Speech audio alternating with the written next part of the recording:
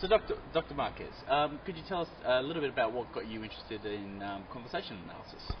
Well, it's actually the kind of data that I'm working on at the moment, which are telephone conversations that were recorded at a call centre. I am writing a book on intercultural communication, and the whole process started because of that. I had the data, and I was a bit concerned as to the claims I could make on the basis of the approach I was taking, and some of the things that I thought, and I was quite convinced that were happening at the level of interaction, were not that easily demonstrable really on the basis of talking interaction. And this is what got me interested. I've got telephone conversations, and I found CA the only approach really that would go into sufficient detail as to what was happening there without any preconceived ideas of what I might think is going on in the interaction. So how did that unpack the intercultural communication in particular? Well, it created several problems actually, because I come from a different discipline tradition, which is pragmatics really, within pragmatics, social pragmatics, and the fact that I had perhaps a previous existence, which I still have in academia, is actually problematic, because it's a way of having to undo everything you've done before, because concepts don't actually match up. It's not just a question of, okay, discourse markers might be called in pragmatics and is a speech particle in CA, but conceptually they're not quite the same thing. They're not doing exactly the same thing at the level of interaction, so the translations are not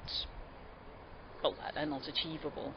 And it started because I had to write a chapter on politeness, which is something I've written about in the past. And I wanted to say, well, I mean, these people are showing an orientation towards some sort of politeness, this kind of politeness, and these other people, this other type of politeness. And I knew that was the case as a native speaker of Spanish, but I couldn't find a way to demonstrate that in the actual conversations, on the basis of talking interaction. And this is what got me into CA, an approach that is right, it's empirical, it's there, I'm not making anything out of it, what you see is what you get.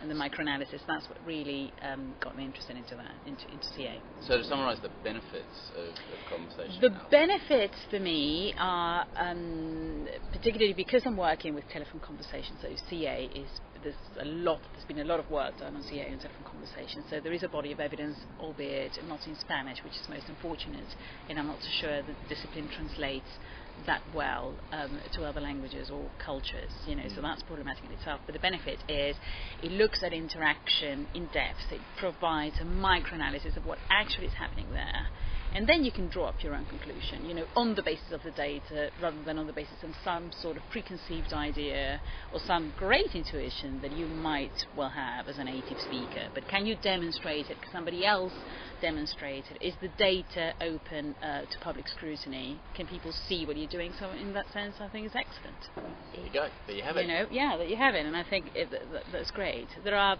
other discourse analytic traditions that are good for other things, But the reason why perhaps I didn't go for other discourse analytic traditions, although I've done work from other discursive analytic perspectives, is because I was rather concerned as to the weight that the interaction had in relation relative to other pieces of data, such as interviews or observations, or how can they actually be combined, and what is the purpose then of collecting data?